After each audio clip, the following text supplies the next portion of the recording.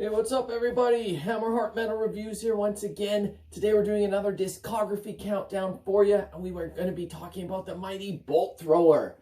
So I did a vote a little while ago to see which band you would want to see me do a discography ranking for, and out of the 5 bands I listed, Bolt Thrower essentially got 50% of all the votes. So this is what you wanted, this is what you're going to get. I've been putting off doing a Bolt Thrower discography ranking for a while, not because of anything bad, mostly just because I knew it was going to be next to fucking impossible because all their albums are so good. But these kind of ones are always fun to tackle anyways when it's a band with this good of a discography. It's fun to kind of go back and re-listen to the albums one after one another and really try to put them in order of which ones I prefer to others. If you've never heard this band before, one of the best UK death metal bands out there for sure, absolute legends. Like I said, pretty much flawless discography with their 8 albums. Although, I will say, out of the 8, there's probably a top 5 that for me are pretty much interchangeable, that I absolutely love those 5 albums to death. And then the bottom 3, I still think are pretty good. They're pretty solid albums. There's not really anything wrong with them. I just feel like they are a step below the top 5. But yeah, what this band is really known for is just riffs upon riffs. Every album is just a riff fest. Unrelenting death metal, no frills, no compromises, just straight ahead, in your face death metal. Their lyrics and concepts are all about the Warhammer fantasy battle games that were popular back in the 80s and 90s. But yeah, mostly had the same lineup in their band throughout their career, at least for the most part. A couple drummers came and went, but on guitar essentially was Gavin Ward and Barry Thompson the whole time, and Joe Bench on bass. She was probably one of the first female bass players in an extreme metal band, at least to my knowledge anyways. And then of course Carl Willits on vocals. He did leave for one album but then came back, which I'll talk about later when I get to that album.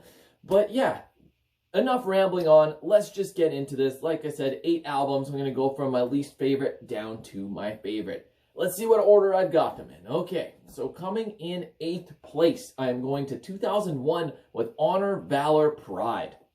So this is the one album that did not feature Carl Willits on vocals. This brought in Dave Ingram from Benediction, and that's not the reason that I have this album last. The vocals are still pretty decent. I don't think they're quite as good as Carl's, but nonetheless, it's not like it's really holding the album back. This is still a very headbangable album, just pure death metal. The reason I am putting it last is I do find the solos are a little bit lacking compared to some of the other albums, and maybe as a whole it's just not quite as engaging. I don't want to say it's boring, but it just doesn't quite feel as interesting as some of their other albums. There's still a lot of great riffs. It's mostly mid-paced though, and a little bit repetitive, still crushing at the same time. I don't want this to sound like I'm hating on this album. I still really enjoy this album, but it was kind of an easy choice for me to put last. Like I said, my 8th, 7th, and 6th place albums that I'm going to list here, I do feel are a slight step below my top 5, but it's not to say they are bad. This is still a solid album. Got songs like Inside the Wire, Suspect Hostile. All in all, still pretty solid, but it's coming in last place for me. Up next in 7th place, I'm going all the way back to their debut from 1988 in Battle There Is No Law. So this one is very raw and primal, definitely has a much rougher production than all of their other albums. It's even got a big crust and grind influence throughout the sound. It's a lot more prominent on this debut than on later releases. I will say the riffs are a little bit simple here compared to later stuff as well, but still very heavy and hard-hitting, and the vocals are very low and aggressive. Maybe the songwriting is not as developed as it becomes on later albums, but it's still innovative by blending these styles together with death metal and crust and grind, and it's a very enjoyable album. I'm putting it in 7th place. It's not because it's bad, just something had to come here, and because the songwriting is maybe not quite on point as with, it's not quite on par with the later albums. That's the reason why this one's in 7th, but still, don't skip this album. It's still really great. Title track is awesome. Forgotten Existence, Psychological Warfare, just a few of the highlights here. But all in all, still definitely worth checking out. Up next at number 6, I'm going to 1998 with the album Mercenary. So this, once again, just no frills death metal. At this point in their career, their trademark sound had been very established. So putting this in 6th, like, there's not really anything inherently wrong with this album. To me, it just doesn't stand out in their discography as much as the top 5 that I'm going to get to. Still very solid, maybe by the numbers death metal, exactly what you would expect from Bolt Thrower at this stage in their career. Like, it's still heavy as fuck, absolute riff fest, almost groovy in spots as well, but it's just like, it's not reinventing the wheel in any way, which is fine. It's still solid. Just like I said, it's not quite as stand out, at least in my opinion, as some of their other albums. But that being said, you've got the track No Guts, No Glory. Absolute highlight. One of my favorite Bolt Thrower songs, probably. That's a tough thing to say also. They have so many killer songs, but that one's absolutely awesome. The title track Mercenary is great as well. So all in all, still very solid stuff here in at 6th place. But now let's get to the best of the best, my top 5. This is where it got really extremely tough for me. Even going into this, I kind of knew like 8th, 7th, 6th, maybe not the order, but I knew those 3 albums that I just talked about were going to be my bottom 3, and that these next 5 are going to be my top 5, because I find myself going to these top 5 way more on re-listens than the other ones, but just my preferences. The order here of these 5 could probably change on any given day. Even what I'm putting in 5th place could even rise as high as like 2nd place any given day, because all of these albums are that good and the quality is just so consistent. But anyways, rambling on here again, let's see what order I've actually got them in. So, coming in 5th place, I'm going to 1994 with the absolutely amazing album For Victory. So this one, wow, heavy as all hell. Absolutely fierce growls throughout. The vocals are really stand out on this album. And it's even got like the occasional doomy section throughout some of these songs as well. So while maintaining their trademark sound, they are switching it up a little bit, bringing in those little hints of doom. And man, this album is so easy to bang your head to. You won't even notice that you're doing it. You'll just be listening and you'll just find yourself headbang to the riff because it is so good. The riffs on here, wow, top-notch death metal riffing here. These guitar players need to be hailed more as just writing absolutely great death metal riffs. The song Remembrance, another one that's possibly one of my favorite Bolt Thrower songs of all time. The title track For Victory is amazing as well. Like I said, I have it in 5th place. That is not a knock on this album. It's just because this discography is impossibly hard to rank. I absolutely love this album in a 5th place for today. Up next at number 4, I'm going to 1991 with their 3rd album, Warmaster. So this was the album where really they started establishing their trademark sound here. It got farther away from their crust and grind influences and really just straight ahead Bolt Thrower style death metal. You got riffs building upon riffs, playing the same riffs lots but slightly differently, but it really makes them very memorable and stick in your head. There's even a little more melodicism in this album than on the first couple albums, although it's still straight ahead death metal. I would never call this melodic death metal, but I just mean with the solos and some of the riffing, they do start bringing in a little bit more melody, which is very welcome as well. Like this album, the riffs kick so much ass.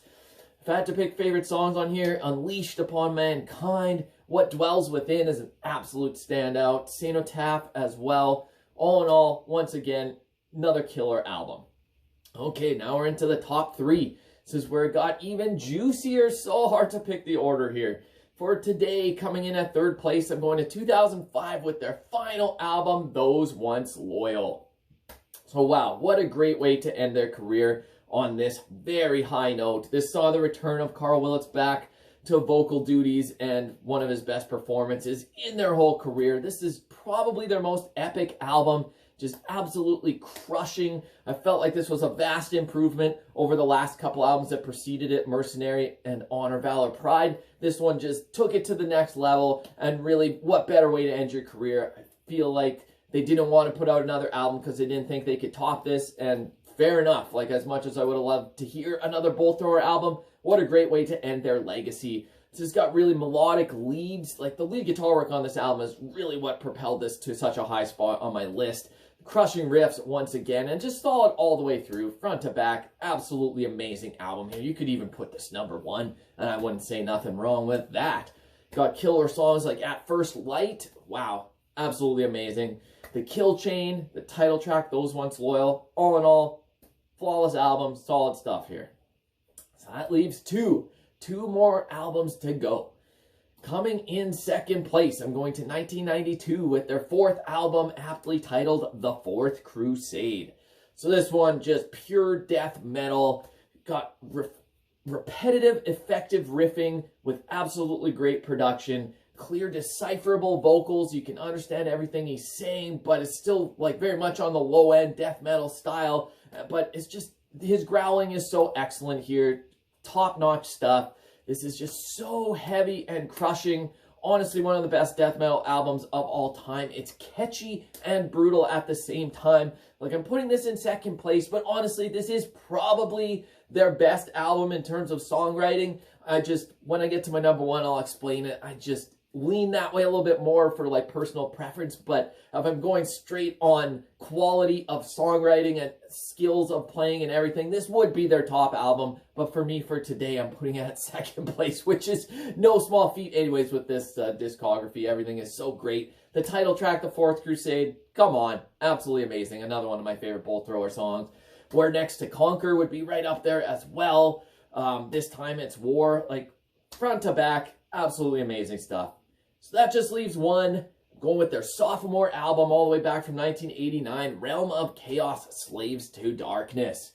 So on this one, it's still got some grindcore moments. The production compared to the debut album was vastly improved here. The songwriting was also improved. Riffs for days. Another one that's just so goddamn heavy. This is another death metal like staple. You got to have this in your collection. Just absolute classic.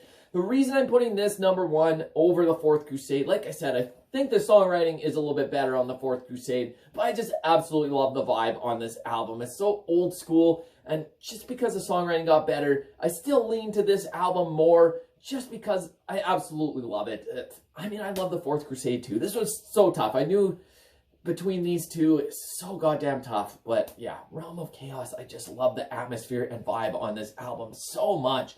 Got songs like Eternal War, Realm of Chaos, and of course, World Eater. Just fucking awesome stuff. That's probably my favorite Bolt Thrower song. Very difficult to say. I haven't done a top songs ranking. Maybe I'll do that at some point as well. But man, so tough. But this one's taken the crown for today. Anyways, these are just my thoughts and opinions as usual. I'd love to get yours down below, especially on a band like this with such a flawless discography. I'm sure there's going to be differing opinions on what their best is, because almost anything in their discography could be considered their best, and it would still make sense. But nonetheless, love to get some conversations going as anyways. So yeah, until next time, give me a like, give me a subscribe. Hammerheart Metal Reviews, out.